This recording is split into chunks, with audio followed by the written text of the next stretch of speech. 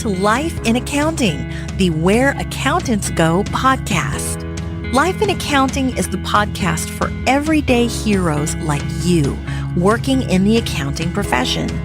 Are you ready to hear from accounting influencers, thought leaders, visionaries, and other professionals leading change in the accounting world?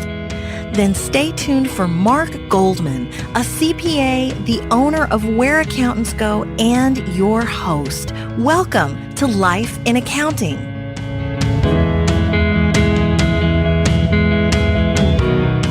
Challenge is good. Challenge makes you better. Challenge assures that when you get challenged by others, you're going to be on point and you're going to survive scrutiny. And you do that, you couple that with ethics that are strong in our field and industry, you're running things correctly. Hello, everyone. I'm Mark Goldman, a CPA and your host for Life in Accounting, the Where Accountants Go podcast. That clip was from Paula Gold Williams, the CEO for CPS Energy in San Antonio. Every guest is special to us, obviously. We've really been blessed with some tremendous accountants sharing their time with us. This episode is particularly special in that we haven't yet had a CEO on the program. And since we interview everyday heroes from the accounting world, Paula is no different. She came up through the accounting ranks as well and now serves as CEO of this utility company. We didn't get into a discussion of this in the interview, but to give you a little perspective, CPS Energy's annual revenues are right around $2.5 billion. That's billion with a B. Obviously, quite a respectable size organization. I hope you enjoyed this episode. Paula shares some incredible insights about leadership, and it's all from a very practical standpoint. One more item before we get started. If you enjoyed this episode and would like to get notified of future episodes by email, simply text the word accounting to 44144. That's accounting to 44144, and we'll get you signed up. Here we go with Paula Gold Williams, a CPA and the CEO of CPS Energy. Well, good afternoon, Paula. Thank you so much for taking the time out to share your story with us. I know your time is in very high demand these days. Wow, look, thank you, Mark. I'm so happy to make some time and excited to participate in this experience. So I am ready to go. Wonderful. Well, it will be fun. I do really appreciate you sharing your time with us because this is going to be a first for our show. We've had a few CPA firm partners, of course, and we've had some CFOs on the show as well. But you're the first CEO that we've had on the program, and you came up through the accounting and finance ranks, so that's very special to us. I know your story is going to be very valuable to our audience because I know some accountants do truly aspire to hold the CEO position eventually at some point in their careers.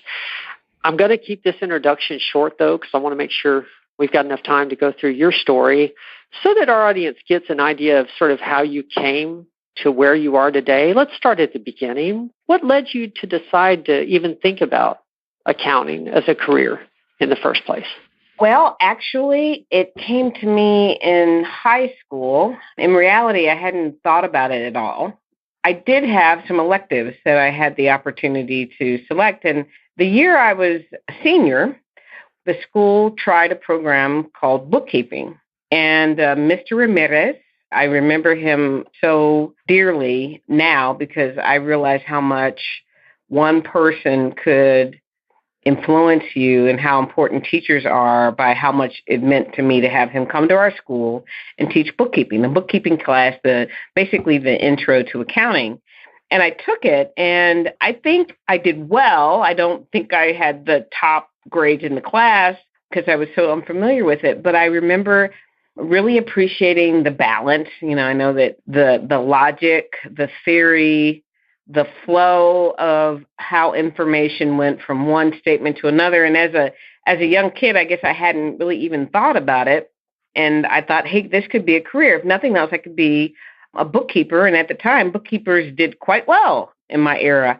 I did remember, though, I went to my father and I asked him, what did he think about that? And I remember this fondly. He said, dear, I don't know if that's really going to be a great thing. He goes, accounting from what I see can be so stressful. You have to balance to the penny and make things so accurate. He goes, I don't know if you want a career that stressful. And I listened to my father and I go, maybe not, Father. And that said, I actually went and got a liberal arts degree. I took all types of things in literature and art appreciation and English. And I didn't declare in my first 2 years, but in my second year, I took my first accounting class again as an elective.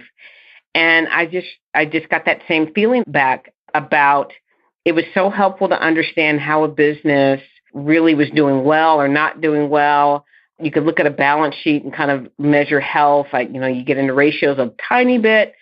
And I went and took the second accounting class, and I realized I really liked it. So I did go back to my father as a dutiful daughter and said, I think, Dad, I hear you, but I think this accounting thing might be the thing for me. And, he said, okay. So he didn't really put up a fight. I think the good thing was he made sure that I was sure. And so that's kind of where it all started. And I went and I started at San Antonio College here in San Antonio, Texas. I got an associate's degree actually in fine arts, but I got a transfer over to St. Mary's University, a transfer scholarship, and concentrated in accounting, and was fortunate to start out with a big accounting firm, Big 8 back then, here in San Antonio, Texas as well. And so my career launched there. I enjoyed everything about being an auditor. I was on the audit side. I really appreciated learning about a lot of different companies. My specialization was SEC accounting, but I did a little bit of everything. I did some trusts, and I did some television, newspaper. Cable was probably my big one, but I've done banking, and it was great. But I realized that's a whole different story, but I realized that I just wasn't going to be a partner in the firm. I just couldn't see it. So my career has progressed over time, never really assuming that I was going to be a CEO. I think it's amazing if someone thinks that they know they want to do it. I think it's amazing if someone says, I think it could be something that I do. I didn't set out thinking I was going to be a CEO. I really started out thinking that I just needed to be just a lifelong learner. I needed to be curious. I needed to realize how accounting could be the vehicle to understanding a lot of different things. So I left public accounting and went to work for this company called Act 3 Theaters. It is the theater arm of a gentleman who owned several in San Antonio theater operations. He continued to own the assets. And Norman Lear actually owned the operational side of the business. I did that for about a year. I eventually found myself needing a job. I was out of a job unexpectedly, another story in my life. But I did find a job with one of my clients when I was an auditor. I moved over to Time Warner, so I was a regional controller for Time Warner. I actually did that for 8 years, and that job was amazing as the controller because I got a chance to do all kinds of things in terms of I did some data conversions for the HR group. I did data conversions for the customer service group because I had to make sure that the integrity of the numbers translated from one system to another. And so they were really great teaching grounds for me. Did that for 8 years, and then all of a sudden people were moving from mainframes to what they call client-server systems. And I was very curious, and I wanted to do that. Time Warner really wasn't going to make that type of investment at the time. And so I looked for another new opportunity, and I moved to a company called Luby's, which is a restaurant chain in San Antonio, Texas.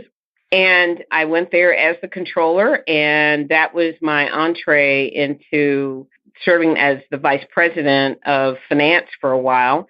In transition, I also served kind of in a deputy CFO role for a while. I did that for about 6 years. And then the headquarters operations was getting ready to move to Houston.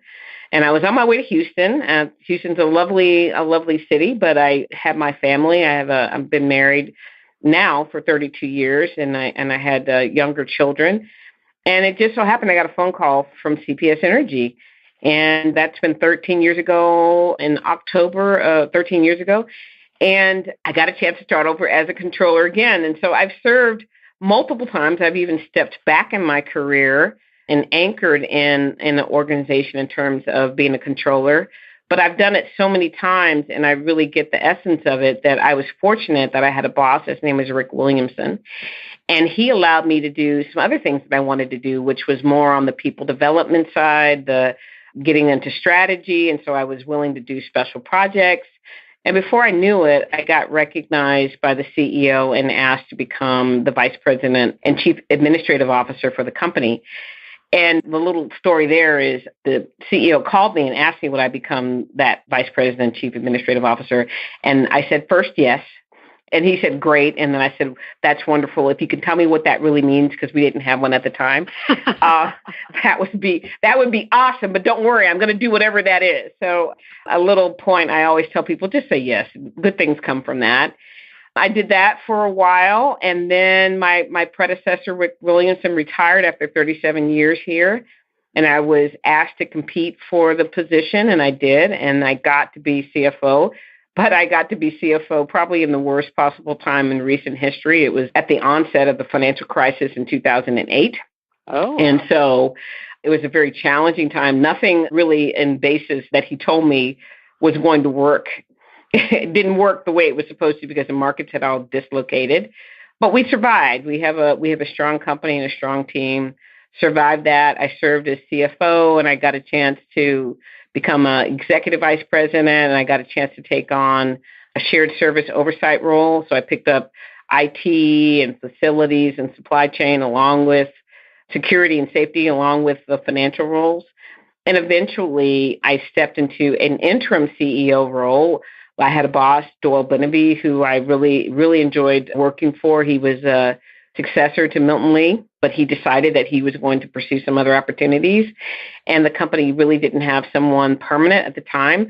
I agreed to be an interim. Long story short, I think that at first I wasn't sure if this was the right thing for me. I think the company thought about hiring an engineer instead of an accountant because that's what typically had run the company for, at the time, over 150 years.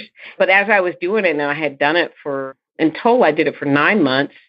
And I got to the point where the board unanimously accepted me and voted for me to be the CEO. So I just hit my 1-year anniversary of being the permanent CEO in July of this year, 2017. And so it's been a heck of a ride. Nothing like I envisioned, but it's been so much more than I've envisioned because of the interest, I think, ultimately in wanting to learn something and be kind of committed to keep progressing.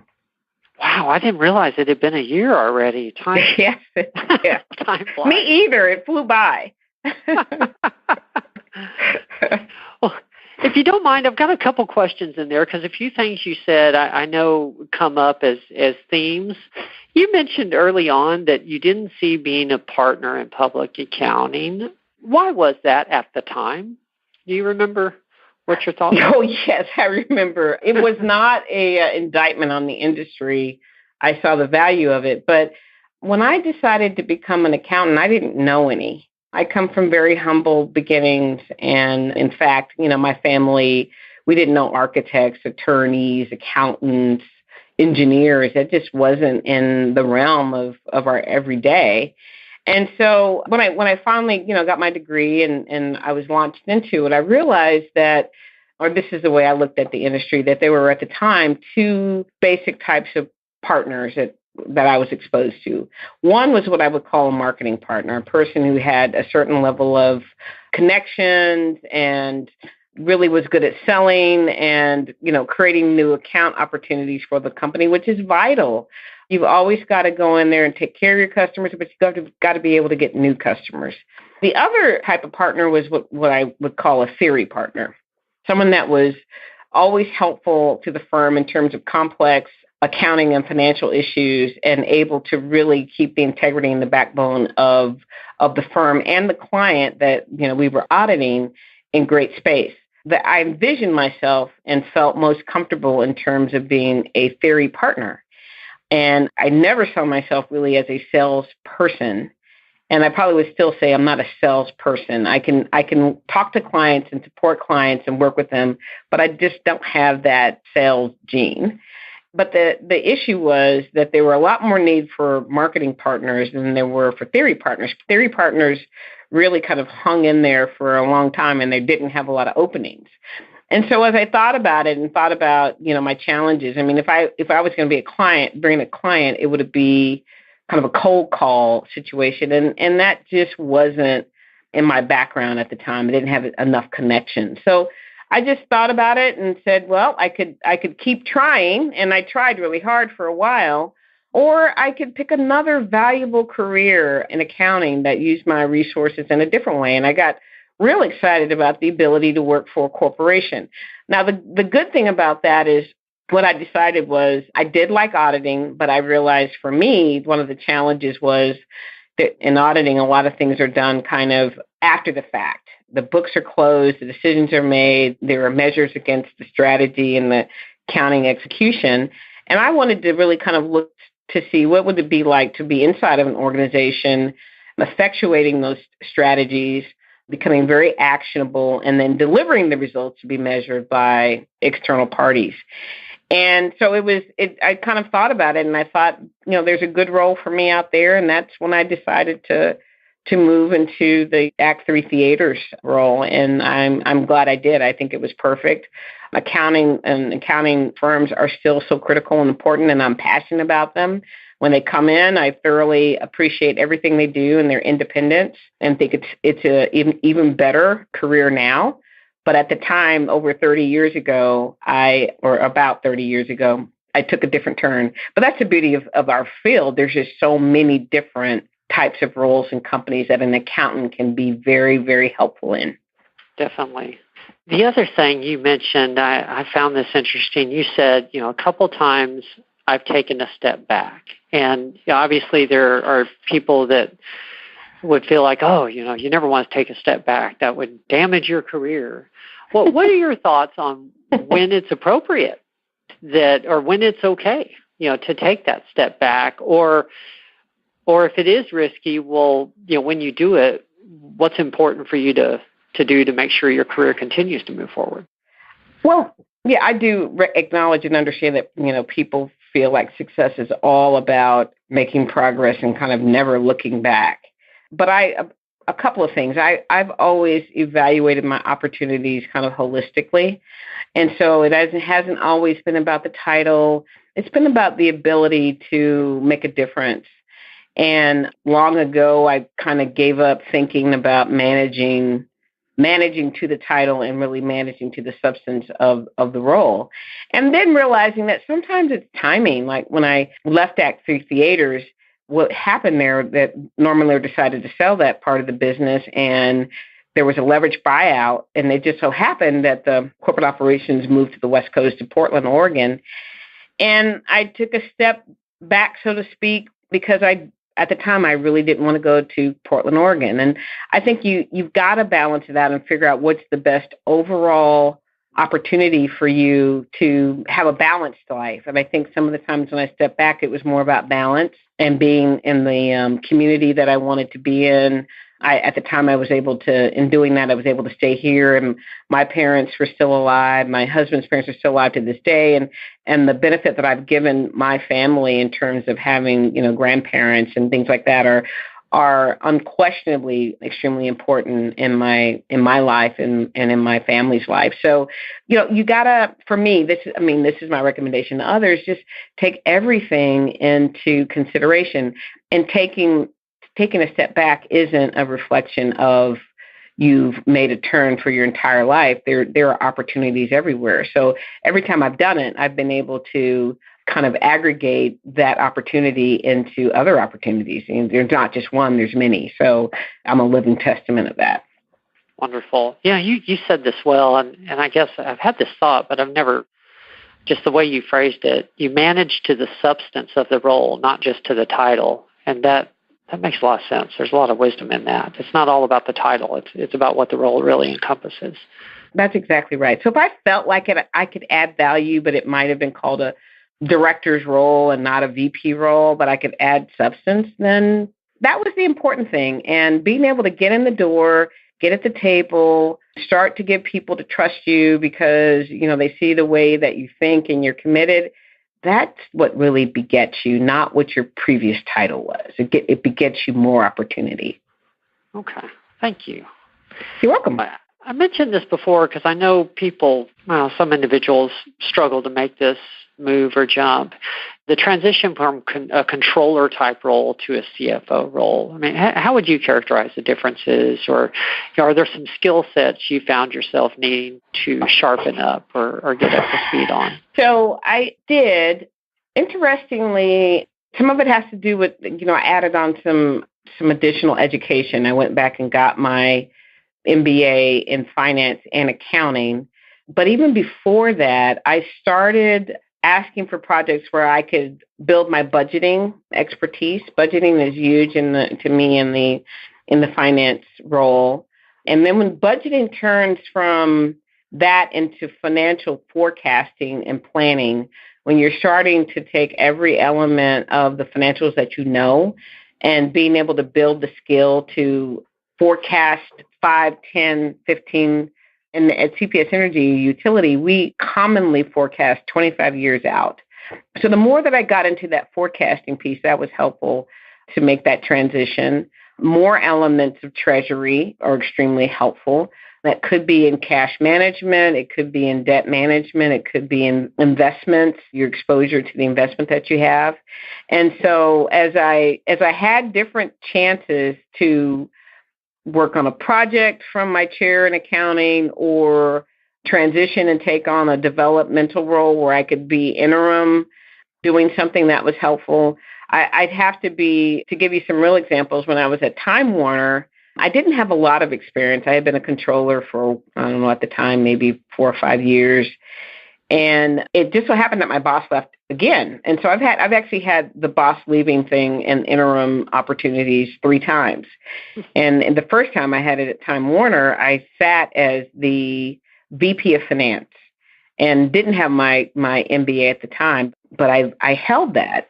And I actually held both roles. I held the controller role and the vice president role at the same time, which was extremely difficult. And I did that for 9 months. I got a bit more pay, maybe not a ton. I got a bit more pay, but I got a ton of experience and I got exposure. And I got other vice presidents starting to interact with me on a more strategic level. That OJT, anytime you could pick up OJT, even if it doesn't mean a huge financial benefit, those are things that help make that transitional move from just being in the accounting role, but now venturing in these finance areas. And I think a CFO has to wear both hats. You can be a chief and accounting officer and just get deeper in accounting, but to be a CFO, I think you've got to be in this other space and then expose yourself to strategy, enterprise projects, all of those things, so you can couple the applied experience you get with any additional educational or certifications you get. Okay, wonderful. Well, that sort of leads into one of the other things I wanted to ask you, and I know from speaking with you previously that you're a very humble individual, so I know this may be difficult, but in the interest of helping the audience, are there other things that you can identify in your career that's sort of led to your ability to move up over the years? You mentioned saying yes, for instance, to opportunities as they come up. Saying yes a lot. I mean, I think that has been the most helpful thing. I mean, and even today when I talk to people and I talk to them about opportunity, I run into people who ask a lot of questions about, can I get more certainty? So what specifically will I be doing? Can you tell me what my full scope of work is? Can you give me a full description of everything that I need to do? And every textbook will say, do that. Ask up front. Get as much clarity. Make sure that, your scope is specifically designed. And that in a utopian world, and if you can get it, grab it and take it. But here's kind of what I learned also, in addition to saying yes. Getting a broad framework of what you're supposed to do is oftentimes somewhat better than getting a full specific idea of what you have to do with 100 boundaries around them. I needed enough for the opportunity, and I needed to understand the mentality of my boss and how they expected work in general.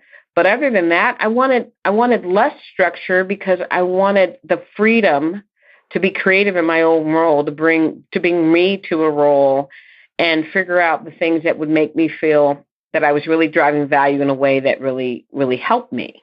And so in addition to, again, saying yes, being okay with some level of ambiguity. And I would say the more you move up. So when I moved from controller to CFO, there was a tremendous amount of ambiguity. And I would say that today, even as CEO, I live in a world of ambiguity. I don't have a job description, so to speak. I have all of the above. I don't have a set of processes and procedures, and I really have to respond to how the environment's hitting me for that day. So more and more dealing with ambiguity, not letting that restrict you, being very, very open to change in your environment, realizing that things have to change. As a matter of fact, with the way technology is today, I don't think any role, especially an accounting role or a finance role, can assume that there won't be constant change around you, changing organizational structures, changing rules and guidelines and regulations, changing expectations. All of those things happen. So the more you can keep accepting those realities and using them to your advantage to be creative and bring the integrity to the role that you bring, but you're always focused on driving the organization to a better place, that stuff is real. And that, I think, is what helps someone continue to grow professionally. That is a good point. Yes, many people want to know exactly what the job description is, and it's impossible because things change daily. all the time, especially around here, but everywhere, I would say. Well, what else do you feel like it would be important for our audience, specifically accountants, to know about how your role as CEO differs from your previous executive management positions? What would you like us to know? Well, what's a day in the life of Paula like? It's funny. Yesterday, long story short, I ended up with several hundred people in a room, and I decided that I wanted to talk to the management team. And so we have managers, executive vice presidents, we're all in a room. We were there to really kind of touch base and work on us, and I wanted to talk to them about how much I appreciate what they do. But I decided to start out with kind of a description for my day. And I started talking to them about, I came in from Austin the night before. I had talked to a small women's group about being an executive in the energy business and what, kind of some of the same stories I'm answering for your listeners. But I came in that night early. I moved straight into a operational board meeting. That went on for a couple of hours. And then I moved into a board search meeting. The board is looking for another replacement member. That one of our board members is terming out. I moved on from there, and I had some calls to make with customers. I had to move to an innovation meeting. I have a group of people that are working on a special innovation assignment. Then a member of my office needed to go over multiple deadlines in the future, and we need to work on the schedule together. And I really actually got to the meeting, and I felt like I was like, okay, I haven't had 1 minute to kind of think about, my thoughts, but now I've got several hundred people in front of me, and I better get myself together. And so I actually started the meeting and told them about my day. But I also said, I know your days are just as busy. They may look a little bit different, but they're just full of interactions with people. They're full of meetings. They're full of working with your team members, and they're all for the purpose of serving customers. So why are we here? Why are we not at our desk doing work? And there's probably some extra anxiety. Why would the CEO pull me out of my office to get together? And I said the theme of our discussion today is stop, pause, and inventory. And we just had a really good session where we talked about sometimes instead of just focusing on the very next thing, sometimes most of that is dealt with being reactionary or fixing something or addressing some issue. Sometimes you got to stop for a minute and appreciate what you've got, your life, your job, and your profession. Think about the successes that have come to you and that they're really coming to you, but sometimes they're too fast and you're not taking a moment to celebrate them. So inventory those things. And it's okay to feel good about what you do. It's important for you to feel valued and an important member of the team. And particularly as management, their homework was to make sure that they went back and talked to their teams and just were conscious in the moment to tell them how much they appreciate their team members, the people that work for them, the people that rely on them. And those are the kinds of things that we have to do to feed the soul and feed the career passions and really kind of continue to set the right culture for our organization. We had dialogues. I had every one of my direct reports get up and praise their teams. We videotaped it and asked people to talk about what did they learn. And in reality, what we ended up doing is talking about some of the great things that have happened, everything from how well we have been able to serve the company in terms of reliability, storm relief. We not only have managed through the threat of Hurricane Harvey here, but we've also sent teams of people to Victoria and further in the coast. And now we've just sent out a team yesterday to Jacksonville, Florida, because they need help in restoring power.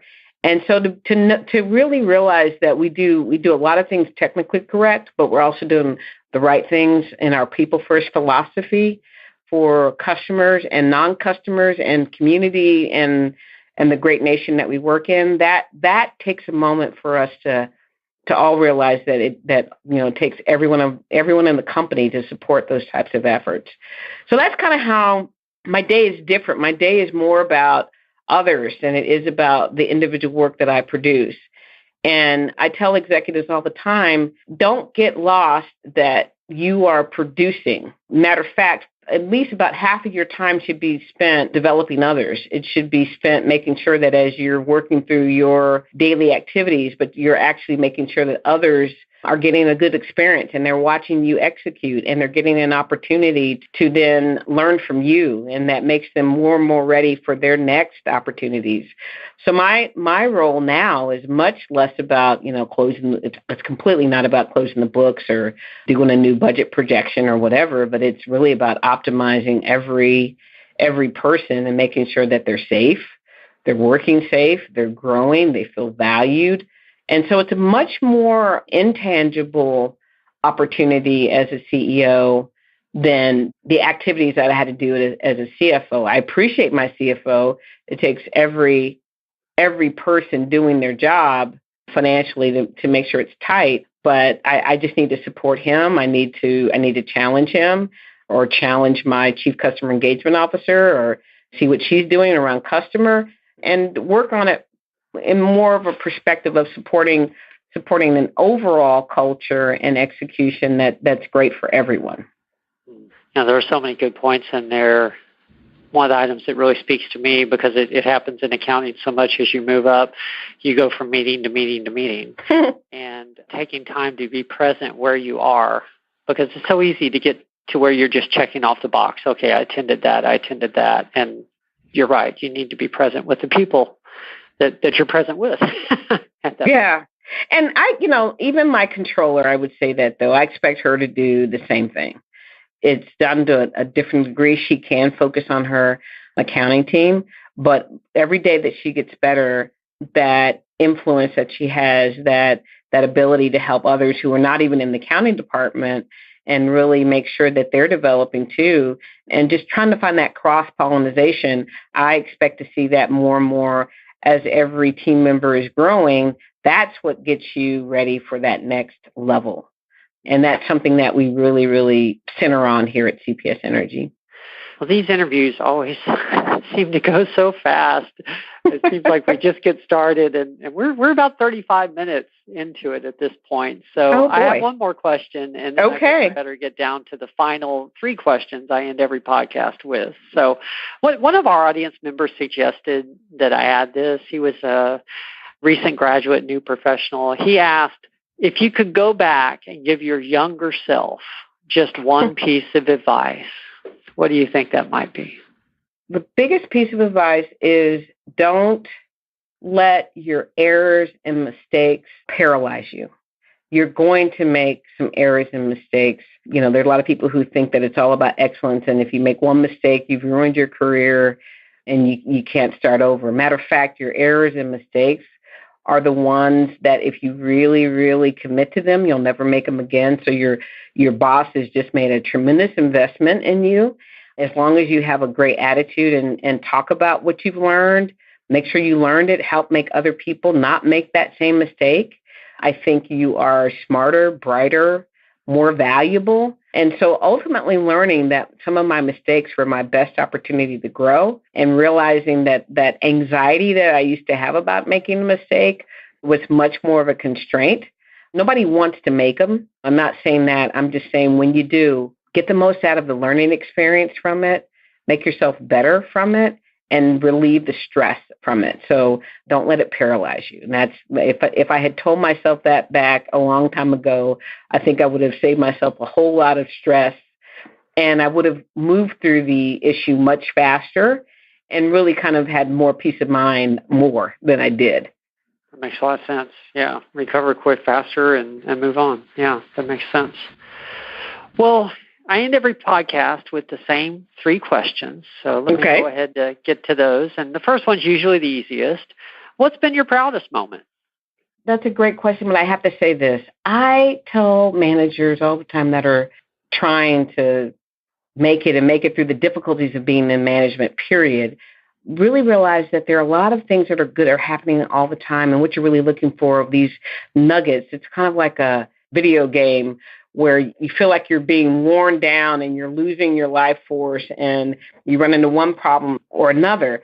But what you need are these little nuggets of just validation and support. And some of the best ones I've had in my career is helping others do better. And so when I see someone that I've helped mentor and coach, and they have a great project and people start taking notice of their successes, and I realize it's not about me, but it's about the effort that I had to help make them successful. And then they might even come back and say, thank you.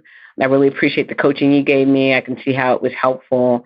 That's the kind of stuff that ultimately have made me proud and kind of been my source of continued ability to refresh my enthusiasm every day and stay positive about things and be able to keep that energy level up. And so I am actually proud a lot. Every day people tell me some things that just give me that, but it's more been about when an individual is successful and they do it right and the team gets successful, then the company is going to win. And so that's kind of how I do it. That does make life a little better if you find a little something every day. A little something every day. It works. Well, you hit on this earlier, so I definitely want to include this question. Tell us about a mistake you've made and what you learned from it. And frankly, the bigger the better. We like the big ones. Well, I got some big ones. One of my biggest ones is actually kind of a joke in the organization. Everybody's like, oh, my God, she's going to talk about her mistake again. So here's one. This was a Gatsby and a regulatory one, which I've actually, over time, I've considered that my strength. But we are kind of an enterprise organization. We're kind of a blend. We're not purely for profit, and we're not a fund accounting entity. And so Gatsby's for a while were slower to come out, but they come out more and more every day. But we didn't have a great process relative to one of the particular Gatsby's, which was the one that changed the accounting requirement relative to pension plans, which moved, you couldn't do a cash basis program anymore. You had to accrue your liabilities fully. My mistake was I didn't figure out how to have input on that. I didn't have enough around my process. And then when the new regulation came out, I asked my team to assess it, but I didn't double check. We didn't have a discussion about the implications. And so I got the wrong interpretation. I didn't challenge. I didn't dig in. I got the wrong interpretation. And we missed the requirement to move to the accrual until we got to the very end, closed the books. We went through it, and we had to book about a $20 million. I say 20, it was about 18, but I rounded up to 20 because 20 sounds more impressive. Impressive enough when you're the CFO trying to tell your boss and board that we have a $20 million mistake at the end of the year that we didn't catch. The mistake wasn't of the accounting impact. The mistake was we should have been more on top of it. We should have had better processes. We should have challenged ourselves. And for that, I just kicked myself over and over again. And we got through it. The company had, made money that year, but unnecessarily, we surprised the organization. And there we are, the organization that's supposed to be on top of, in front of everything and on controls and all those things. And I failed. I failed to think that through. And, my boss's comment to me was, what are you going to do about it? And when I talked about trying and all the stuff we were going to do, he goes, nice, but not really relevant. You really got to think about it and figure out what you're really going to do to fix it in the future and own it. And he goes, Paula, your head just got knocked off its shoulders and it's rolling down the hallway. You better go pick it up and get back to work. And I can laugh about that. At the time, it didn't feel great. And I just worked myself back through it. I went back and I analyzed, when did we miss it? How did we miss it? Why didn't we have good processes? And we kind of all came together as a team to solve the problem. Now, I got a great team. They are assessing new regulations when they're exposure drafts, when there's a comment about the direction that the GASB could be going. We even know to look at FASBs as an indication of changes to GASBs. And we actually comment. We contact the GASB organization to provide comment.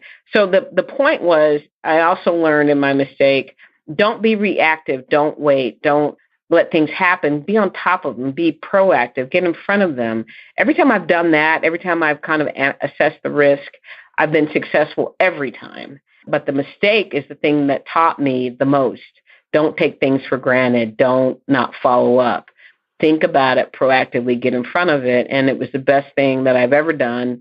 And it has served me well since learning that very hard lesson. That is a good lesson. That is a good lesson. Well, last question, and then we'll go ahead and say goodbye. What is the best piece of advice that you've ever received? Oh, wow. I think from my boss, kind of related to my experience with the GASB, I think this was Doyle Beneby, and he was CEO at the time. And he goes, you got to remember President Reagan's quote, trust but verify.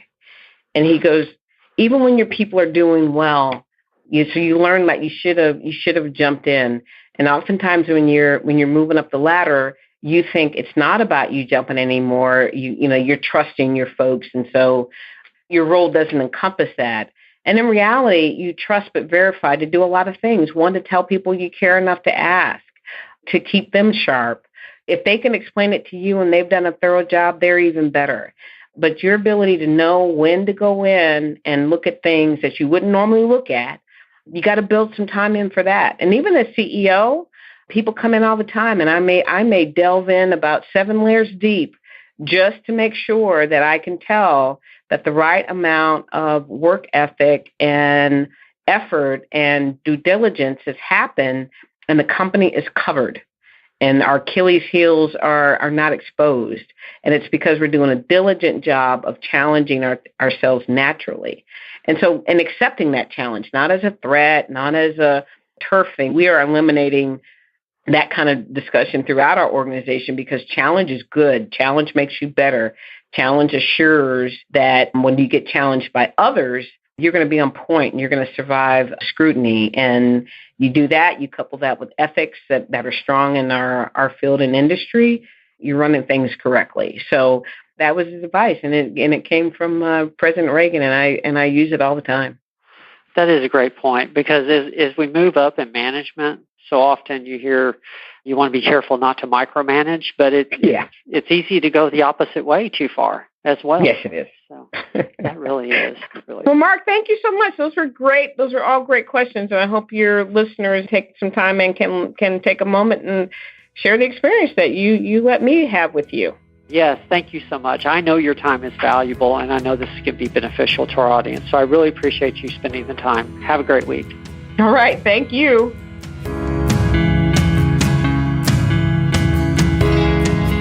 Well, like I mentioned in the intro, Paula really had some gems for us in both the areas of growing your career along the way and in the area of management advice for those looking to further their career leading others. I really appreciated what she was saying about saying yes to opportunities, and also the discussion of how there's usually some ambiguity around new opportunities. It's so true. It's really impossible to know every single thing that will be involved with a new career opportunity. Sometimes you just have to say yes and step out on faith. Well, I hope you enjoyed that interview. This has been another episode of Life in Accounting, the Where Accountants Go podcast. If you'd like to subscribe by email and are not at a place where you can type, simply text the word accounting to 44144 and we'll get you signed up. Once again, the number is 44144 and the word to text is accounting. I hope you have a wonderful week. I'm Mark Goldman, your host for Life in Accounting, the Where Accountants Go podcast, and we'll be back soon. There's more to come.